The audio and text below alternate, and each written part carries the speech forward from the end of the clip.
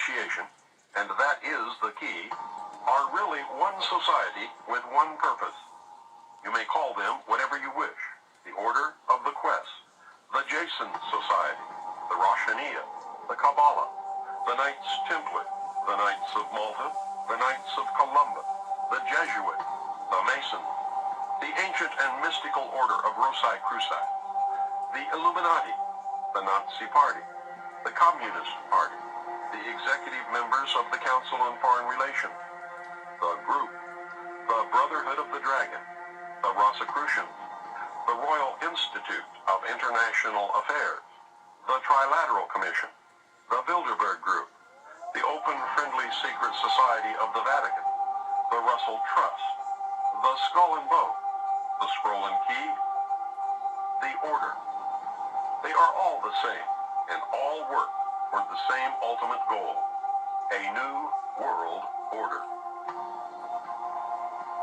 Those who will not use their brains are no better off than those who have no brain. You must accept that you have been cattle, and the ultimate consequence of being cattle, which is slavery, or you must prepare to fight, and if necessary die to preserve your God-given right to freedom. History is replete with whispers of secret societies, accounts of elders or priests who guarded the forbidden knowledge of ancient peoples. Prominent men, meeting in secret, who directed the course of civilization, are recorded in the writings of all people. The oldest is the Brotherhood of the Snake, also called the Brotherhood of the Dragon, and it still exists under many different names. The Brotherhood of the Snake is devoted to guarding the secrets of the ages and to the recognition of Lucifer as the one and only true God. If you do not believe in God, Lucifer, or Satan, you must understand that there are great masses of people who do. I do not believe in racism, but millions do, and their beliefs and actions based upon those beliefs will affect me. It is clear that religion has always played a significant role in the course of these organizations. Communication with a higher source, often divine, is a familiar claim in all but a few. The secrets of these groups are thought to be so profound that only a chosen, well-educated few are able to understand and use them. These men use their special knowledge for the benefit of all mankind. At least, that is what they claim. But how are we to know, since their knowledge and actions have been secret? Fortunately, some of it has become public knowledge. Secret societies mirror many facets of ordinary life.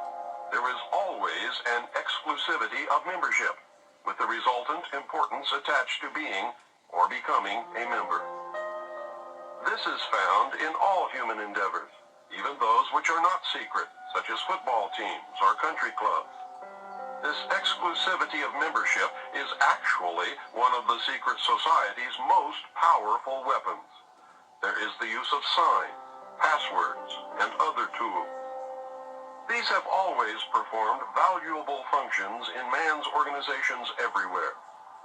The stated reason, almost always different from the real reason for the society's existence, is important. It can be anything, but is usually fraternal and is found in all pressure groups wherever people congregate. The most potent tool of any secret society is the ritual and myth surrounding initiation. These special binding ceremonies have very deep meaning for the participants. Initiation performs several functions which make up the heart and soul of any true secret society. Like boot camp, the initiation into the armed forces, important aspects of human thought that are universally compelling are merged to train and maintain the efforts of a group of people to operate in a certain direction. Initiation bonds the members together in mysticism. Neophytes gain knowledge of a secret, giving them special status. The ancient meaning of neophyte is planted anew, or reborn. A higher initiation is, in reality, a promotion inspiring loyalty and the desire to move up to the next rung. The goals of the society are reinforced, causing the initiated to act toward those goals in everyday life. That brings about a change in the political and social action of the member. The change is always in the best interest of the goals of the leaders of the secret society. The leaders are called adepts. This can best be illustrated by the soldier trained to follow orders without thinking. The result is often the wounding or death of the soldier for the realization of the commander's goal, which may or may not be good for the overall community. Initiation is a means of rewarding ambitious men who can be trusted. You will notice that the higher the degree of initiation, the fewer the members who possess the degree. This is not because the other members are not ambitious, but because a process of very careful selection is being conducted. A point is reached where no effort is good enough without a pull up by the higher members. Most members never proceed beyond this point and never learn the real secret purpose of the group. The frozen member from that point on serves only as a part of the political power base, as indeed he has always done. You may have guessed by now that initiation is a way to determine who can and cannot be trusted.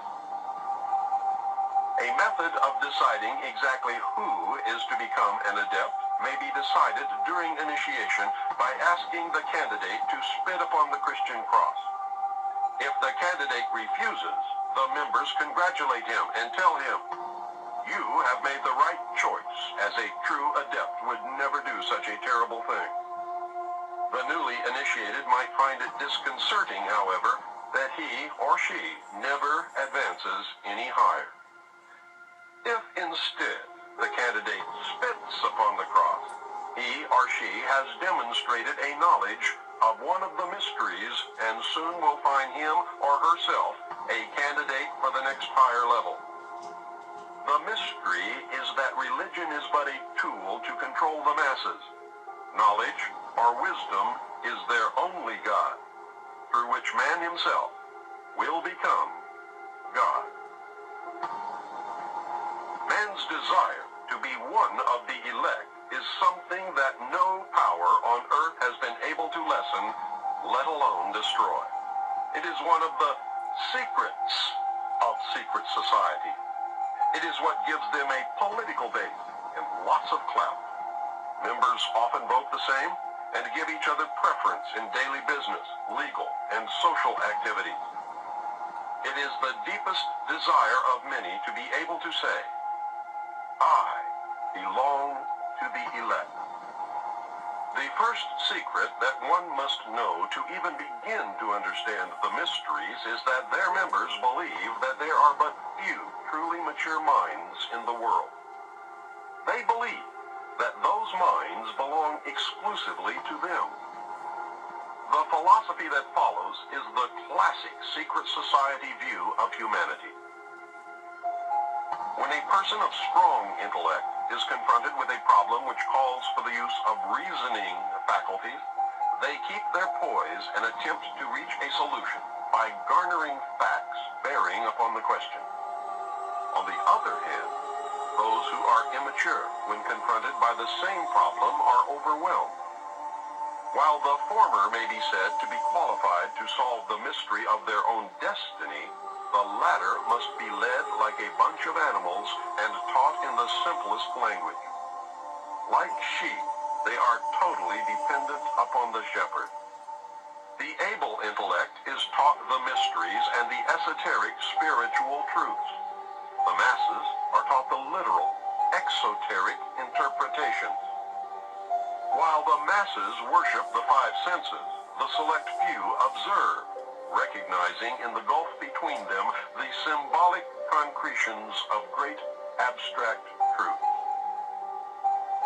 The elect are given knowledge of the mysteries and are illumined, and are thus known as the Illuminati, or the illuminated ones, the guardians of the secrets of the ages. Three early secret societies that can be directly connected to a modern descendant are the cults of Roshaniya, Mithras, and their counterpart, the Builder. They have many things in common with the Freemasons of today, as well as with many other branches of the Illuminati.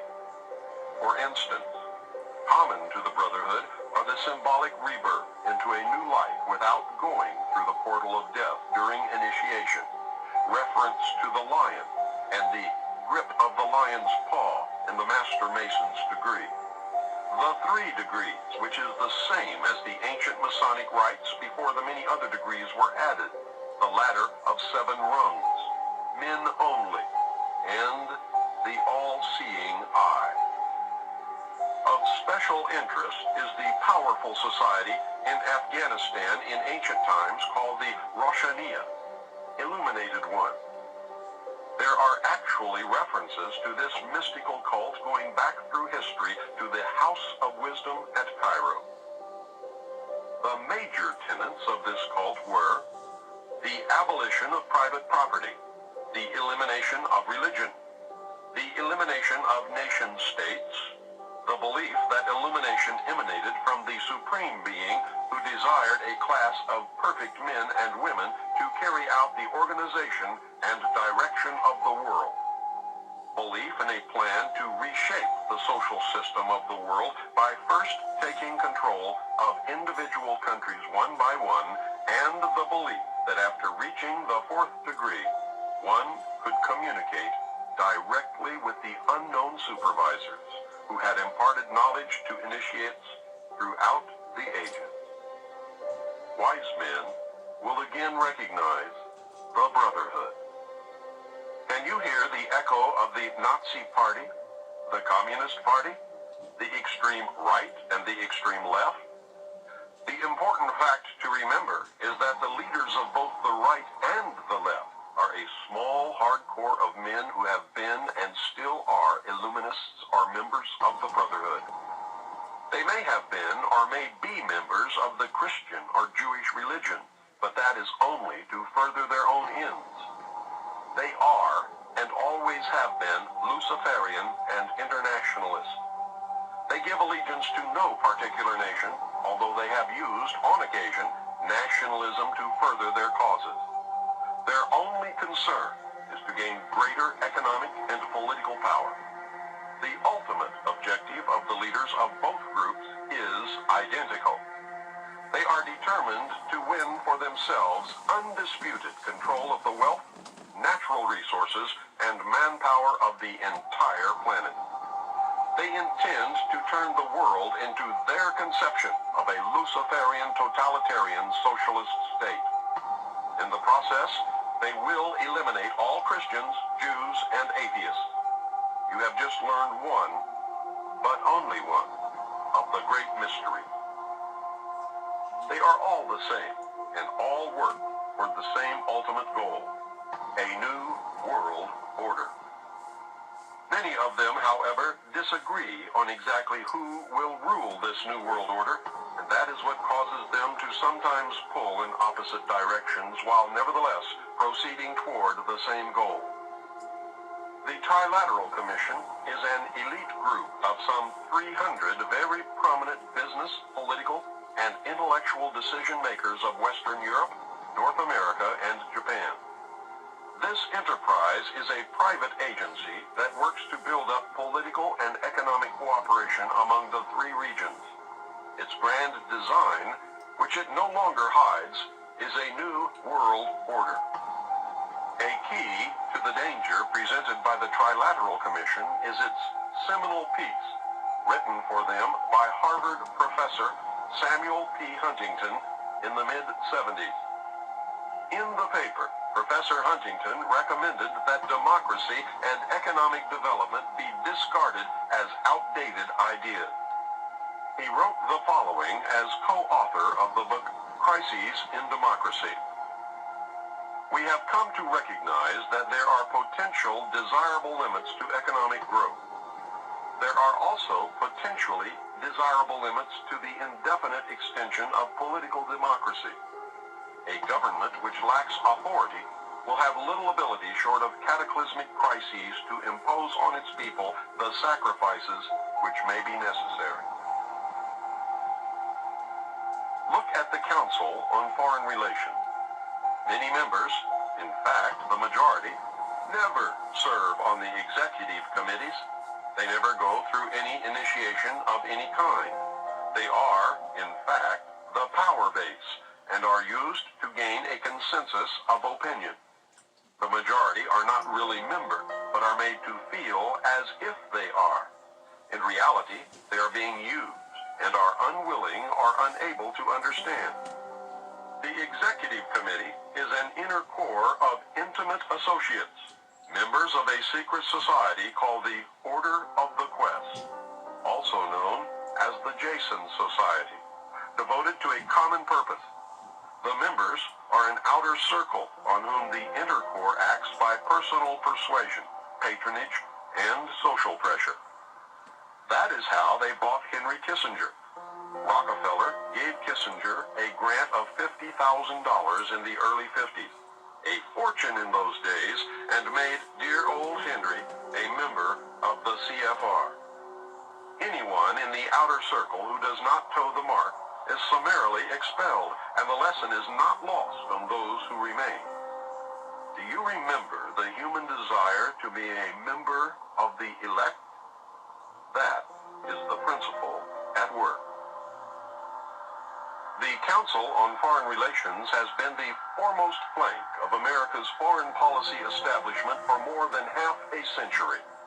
The Council on Foreign Relations is a private organization of business executives, scholars, and political leaders that studies global problems and plays a key role in developing United States foreign policy. The CFR is one of the most powerful semi-official groups concerned with America's role in international affairs.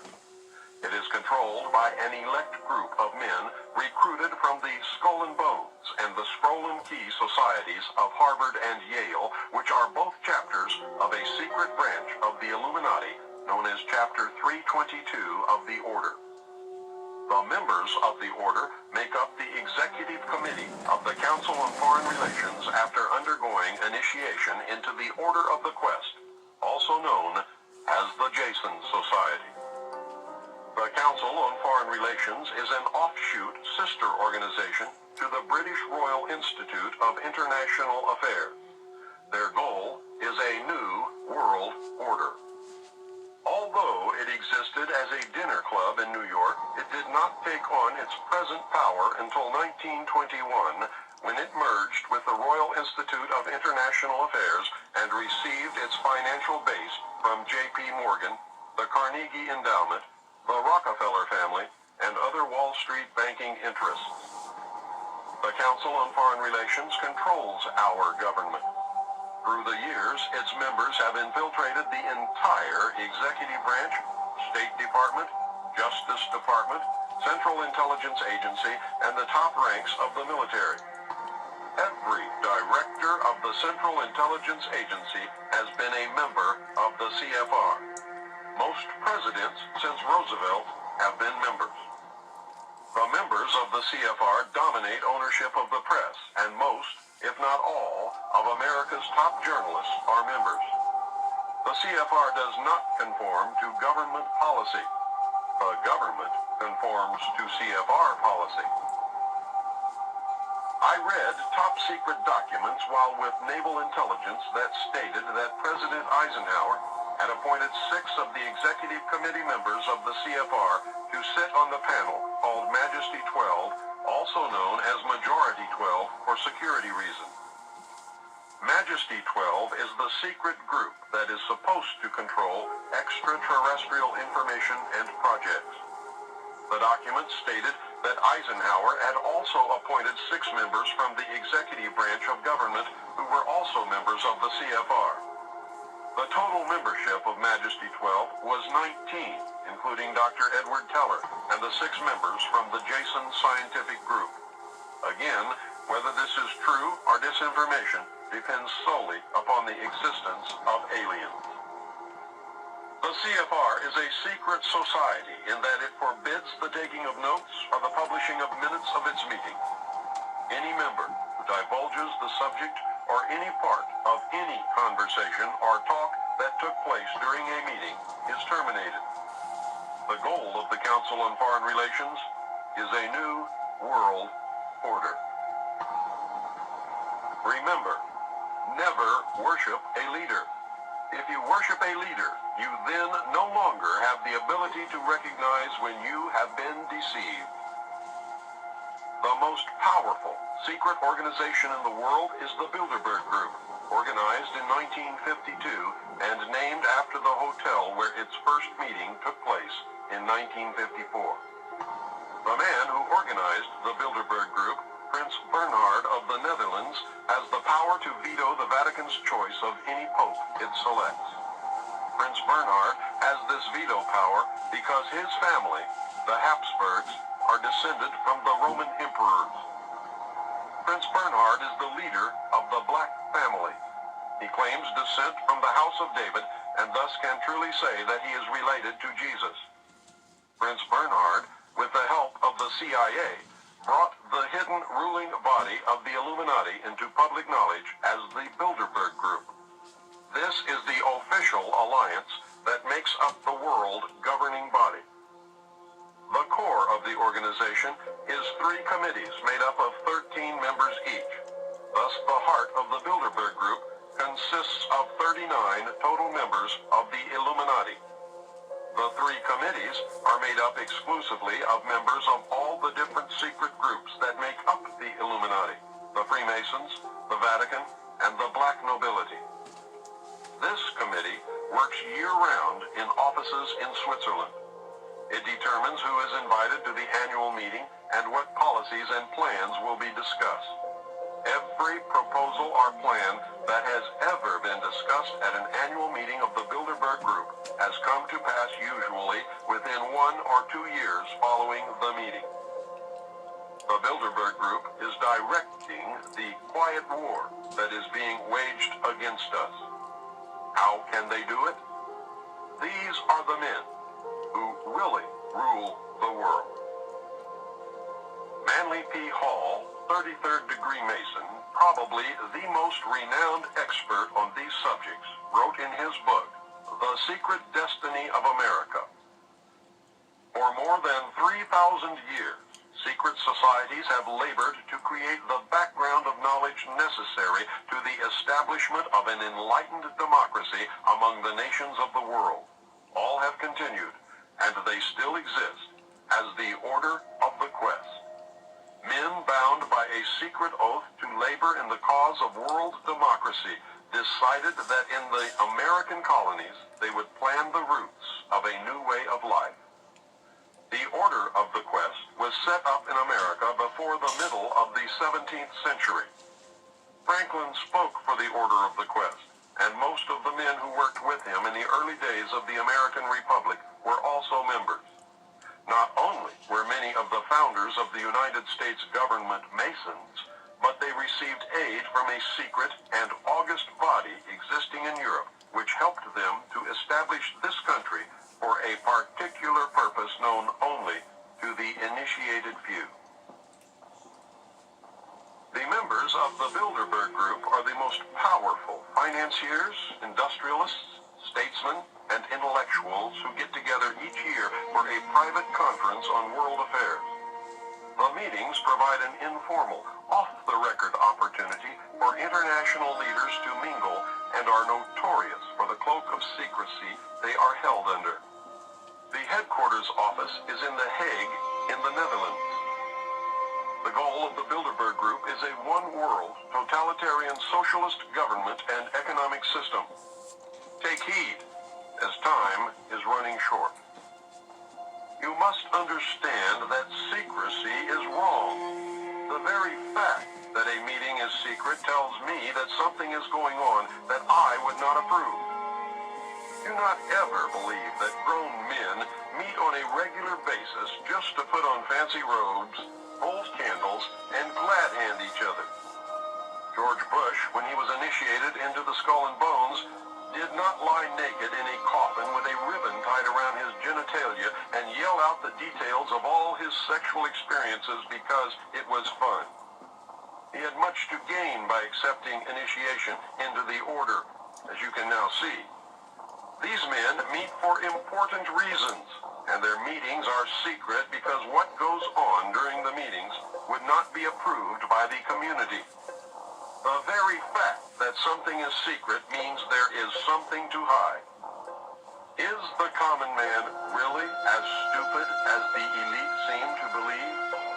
If he is, then maybe the average citizen is better off ignorant, being manipulated this way and that whenever the elite deem it necessary. We will discover the answer very quickly when the common man finds that his e-ticket to Fantasyland has just expired. I hope I have shown you the role of secret societies and groups within the world power structure. I hope you can see how these groups gain and keep power.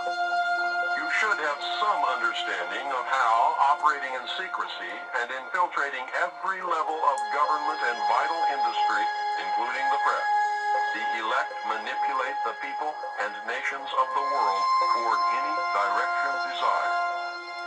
I hope you caught on to the fact that the secret power structure is toward a totalitarian socialist state or fascism.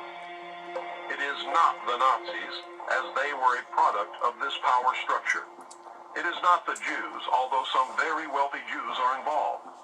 It is not the communists, as they fit the same category as the Nazis. It is not the bankers, but they do play an important role. I also hope that you are beginning to look inside yourself to see if their reality fits. Are you getting the message? All the actors